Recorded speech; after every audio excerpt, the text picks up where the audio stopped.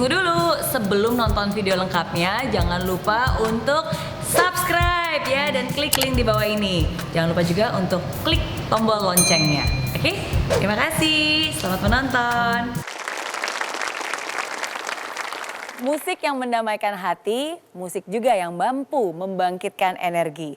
Masih di I'm Possible, inspirasi Endah Endresa. Dari Impossible jadi I'm Possible.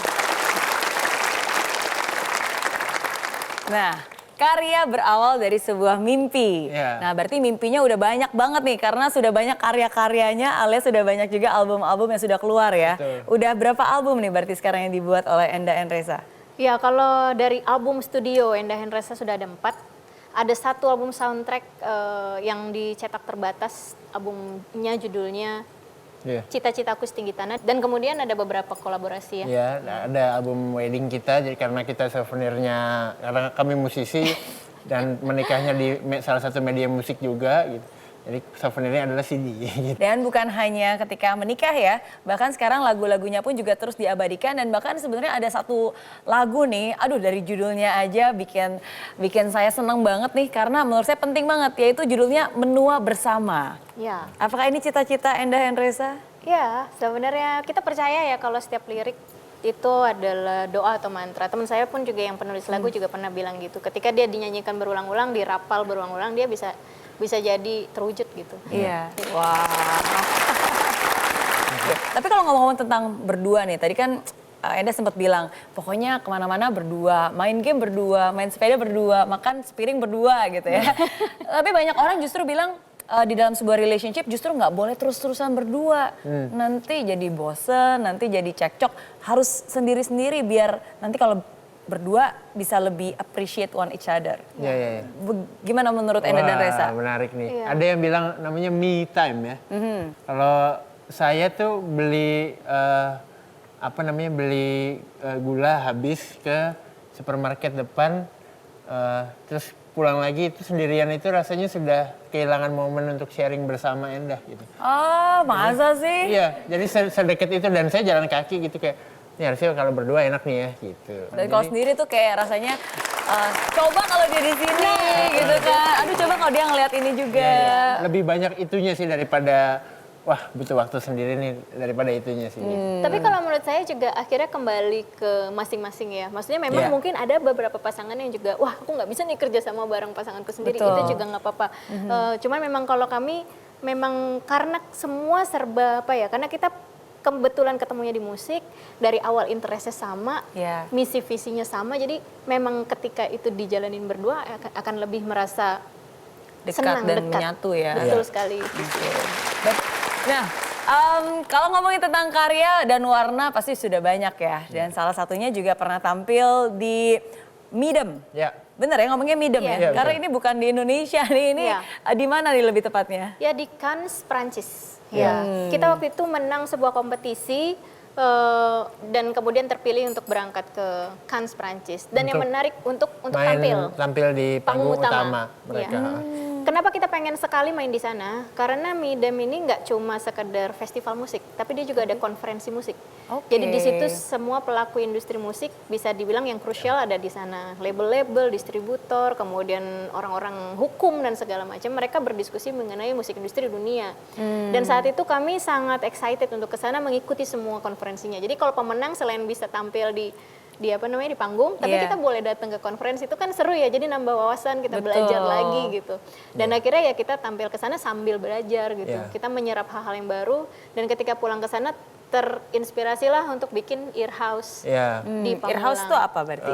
Tempat kopi kecil kami di daerah Pamulang, Tangerang Selatan, yang kita terinspirasi dari Midem itu. Yang ngomong waktu itu mantan manajernya Incubus, dia bilang ada yang nanya, mereka nanya saya perlu pindah dari kota, misalnya kalau dari sini saya perlu pindah kayak dari Malang ke Jakarta atau dari Surabaya ke Jakarta untuk saya bisa terkenal gitu. Si Steve Rennie ini menjawab bahwa start from your local scene gitu. Jadi kami berpikir itu dan kami pulang, kami membuat sebuah tempat di Pamulang di Tangerang Selatan untuk share apa yang kita punya dan selalu ya sifat kami itu selalu belajar terus sharing gitu untuk apa namanya untuk teman-teman yang mungkin butuh gitu ya gitu. Nah, Iya. lebih Dan ke situ. EAR itu berarti EAR Iya. itu Enda and And Reza Reza. ya. Oke. Enda and Reza. Enda and Reza. Tempat di mana mereka bisa sharing, bisa berbagi ilmu Ya. ya. Oke, nah sekarang kalau ngomong tentang sharing kita juga memberikan kesempatan nih untuk para penonton yang hadir di sini yang ingin bertanya kepada Enda dan Reza. Silakan yang ingin bertanya. Nah, wah, banyak yang ingin upgrade diri tentang relationship goal ya. Yang ini deh kalau gitu, yang pakai jilbab pink. Yes, kacamata. Halo, kenalan dulu namanya siapa? Aku Nurul dari ISIP Jakarta. Oke, mau nanya apa nih Mau ke nanya, Enda dan Reza?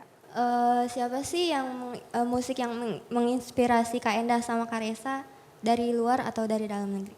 Oke. Kasih. Oke. Musisi yang menginspirasi. Ya. Wah, musisi yang menginspirasi. Untuk terbentuknya Enda and Reza, kita terinspirasi dengan Bonita and the Husband. Mereka adalah musisi independen yang sekarang jadi suami istri, waktu itu belum menjadi suami istri. Bonita dan suaminya, Bonita bernyanyi dan suaminya main gitar. Tapi pada saat itu dia ditemani dengan satu gitaris lagi dan pemain djembe. Iya. Dengan format minimalis itu, mereka bisa menghadirkan sebuah musik yang utuh. Nah, disitulah kita terpikir, tadinya kan mau ngeband nih, kita mau Iya. diiringin sama drum apa segala macam. Wah, pokoknya berpikirnya kan kalau band tuh harus Komplit lah, betul. bertujuh gitu ya. Tapi begitu melihat mereka, Dan di saat itu format yang namanya akustikan tuh jarang gitu. ya lagi happening Lagi yang besar-besar happening yang ya. band bertujuh, penyanyinya 3 gitu kan. Kita melihat mereka terinspirasi bahwa dengan format akustik dan minimalis bisa menghibur gitu. Ya. Bahkan waktu itu menghibur orang banyak sekali gitu. Ya. Akhirnya kami memilah-milah antara ini kalau kamu bisa ambil ini, aku bisa ambil ini, kita bisa berdua gitu. Udah cukup dua aja ya. Oke. Iya. Dan akhirnya kalau dulu mungkin terinspirasi, sekarang kalian berdua menjadi inspirasi juga bagi banyak orang dan juga banyak musisi lainnya Terima juga yang kasih. menonton ya. Oke. Dari begitu banyak penghargaan, yang mana yang paling berkesan nih yang pernah didapatkan? Semuanya berkesan ya. Iya. Saya sampai bingung. Sebelum kami rilis album, kami sudah dinominasikan oleh salah satu majalah yang bilang bahwa the next big thing itu penghargaan pertama sebelum berkarya gitu. Next big thing Enda and Reza gitu. Iya. Terus dan sehabis itu kami menang beberapa penghargaan seperti AMI, terus apa lagi? Banyak sih kayak semacam award-award yang Award diberikan oleh gitu. Bahkan- majalah-majalah Iya. ataupun produk-produk juga ada. Iya. Tapi yang juga lumayan berkesan biasanya yang saya ada kesannya adalah justru malah waktu sebelum bikin album. Ya.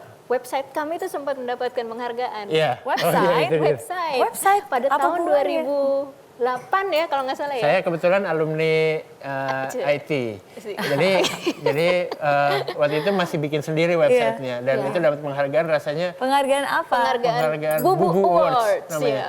Jadi penghargaan untuk website dengan desain tampilan terbaik. People's Choice Award, tapi sebenarnya di luar itu penghargaan itu sebenarnya mengajarkan sesuatu. Bayangkan 10 tahun yang lalu kita diajarin untuk digital campaign. Iya. 10 tahun yang lalu. Dan ternyata Enda and Reza kami secara tidak sadar adalah kami mengkampanye diri kami dan brand kami sendiri. Jadi di situ Ya. sebenarnya sembari kita kayak mengencourage diri kita untuk menang, tapi juga kita belajar ternyata nih Indonesia, maksudnya market kita nih ternyata sangat ramai dan meriah sekali nih di digital gitu. Iya. Jadi makanya akhirnya kami berhasil gitu untuk kayak mengumpulkan orang dan mengklik website dan akhirnya membuat saya mana websitenya oke juga nih, akhirnya mereka jadi tahu.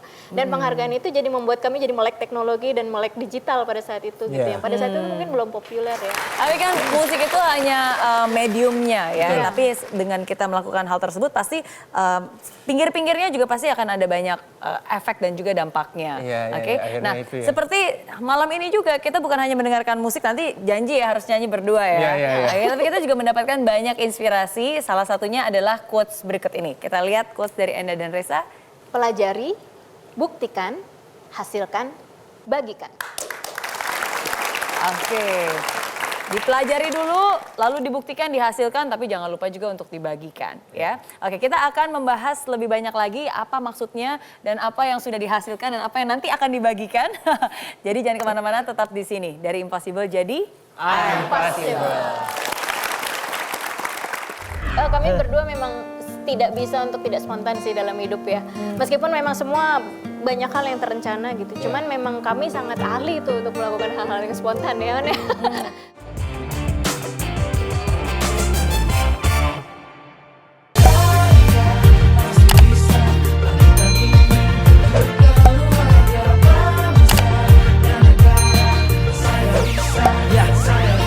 Laksana bumi tanpa hujan, hidup tanpa tujuan, kering dan mati tanpa hijaunya tumbuhan. Demikian kalau mimpi tak kunjung terjadi,